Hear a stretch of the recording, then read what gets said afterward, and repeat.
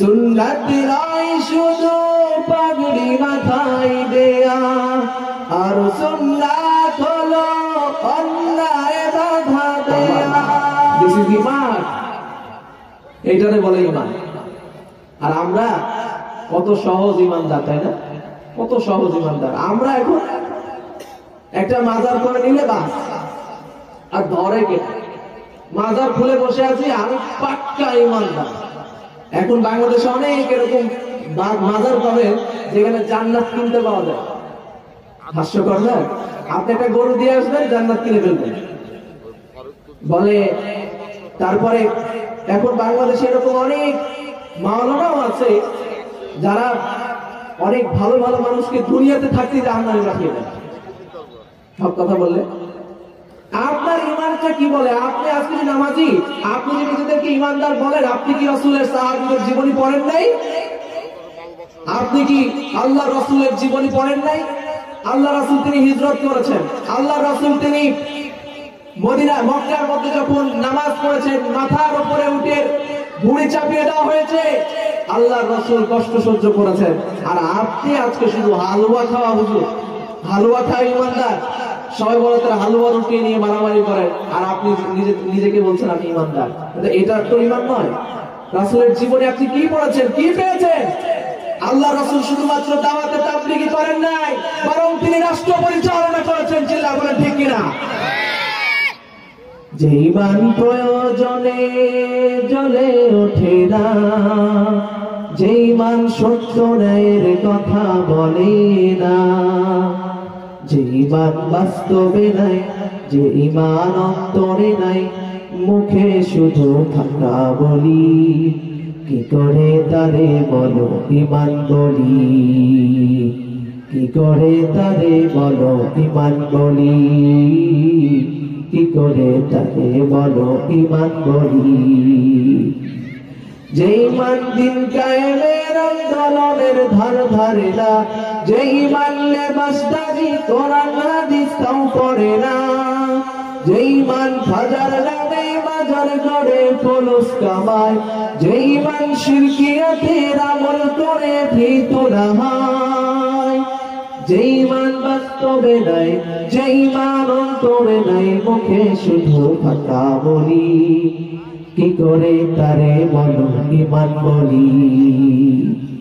যে ঈমান শুধুই কেবল খাই দায় আনন্দ করে, যে ঈমান দেখে না যে আরাকানে ভাইরা মরে, যে ঈমান শুধুই কেবল খাই দায় আনন্দ করে, যে ঈমান দেখে না যে ফিলিস্তিনে ভাইরা মরে।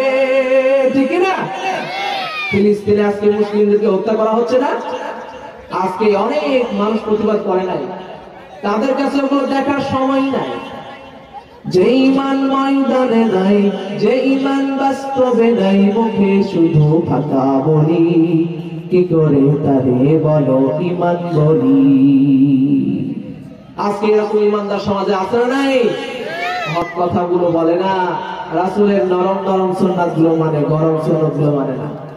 আল্লাহ রাসূল যে তাবলীগ করেছে ওইটা মানে, রাসূল যে রাষ্ট্র পরিচালনা করেছে ওইটা বিশ্বাস করতে চাই না। আল্লাহ রাসূল যে মিসওয়াক করেছেন ওইটা বিশ্বাস করে, কিন্তু রাসূল যে মিসওয়াক করার পাশাপাশি সমাজে অন্যায় দেখলে বাধা দিয়েছে ওইটা বিশ্বাস করে। পাগড়ি মাথায় দেওয়া সুন্নাত ওইটা মানে, পাগড়ি মাথায় দিয়ে বিশাল বড় হুজুর দেখে মনে হয় জান্নাত থেকে পালিয়ে আসছে, অথবা জিবরাইলের খালাতো ভাই ছোট ভাই। কিন্তু রাসূলের সুন্নাহ শুধুমাত্র দাড়ি টুপি আর ওই পাঞ্জাবির মধ্যে সীমাবদ্ধ করে রাখে, হক কথাগুলো ওই আলেমদের মুখ থেকে বের হয় না। এমন আছে নাই? আবার কিছু কিছু মানুষ আছে এমন, এত আবেগ আবেগ দেখিয়ে দেখিয়ে কোরআন ধরে ধরে মঞ্চ কাঁপিয়ে কাঁপিয়ে বক্তব্য দিয়ে বেড়ায়, কিন্তু মাঠে আর তাকে খুঁজে পাওয়া যায় না। আছে না নাই? সুন্নাত নয় শুধু পাগড়ি মাথায় দেয়া, আর সুন্নাত হলো অন্যায় বাধা দেয়া। একদল মানুষ এমন আছে দেখবে যারা শুধুমাত্র নরম কথাগুলো বলে, কিন্তু হক কথাগুলো তাদের মুখ থেকে বের হয় না। জায়গা বুঝে অবস্থা বুঝে যদি দেখে এইখানে কথা বললে সমস্যা হতে পারে, পেছন যে কাটিয়ে চলে যায়। যখন দেখে এইখানে কথা বলতে গেলে হক কথা বললে সমস্যা হবে, তখন মাটির তলের মাছ ধরে ফেলে। সুন্নতি নাই শুধু নমনীয় আলাপন, সুন্নতি প্রয়োজনে হুঙ্কার গর্জন, ঠিক না? মহাব্বতে তার সুদিনের সাথে তুমি, দুর্দিনেও তার পাশে থাকো কি?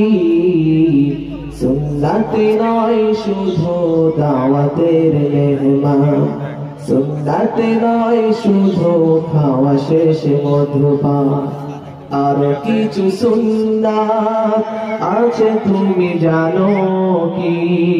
জানলেও জীবনে কখনো তা মানো কি? এজন্য হাজরিন, ঈমান শুরু থেকে মনে আছে তো? টপিক বলে গেলে হবে না। শুরু করেছিলাম কি থেকে? ঈমান। যেতে চাই কোথায়? জোরে যেতে চাই কোথায়? আরো জোরে যেতে চাই জান্নাতে। খুশি করতে হবে আল্লাহকে, আর আল্লাহকে খুশি করতে হলে মেনে নিতে হবে ইসলামকে, আর ইসলামে থাকতে হলে ঈমান আনতে হবে। আর ঈমান আনার পরে আমি যে ঈমান এনেছি এটা প্রমাণ দেওয়া লাগবে। ঈমান এনেছে কথা বললে ছেড়ে দেওয়া হবে না।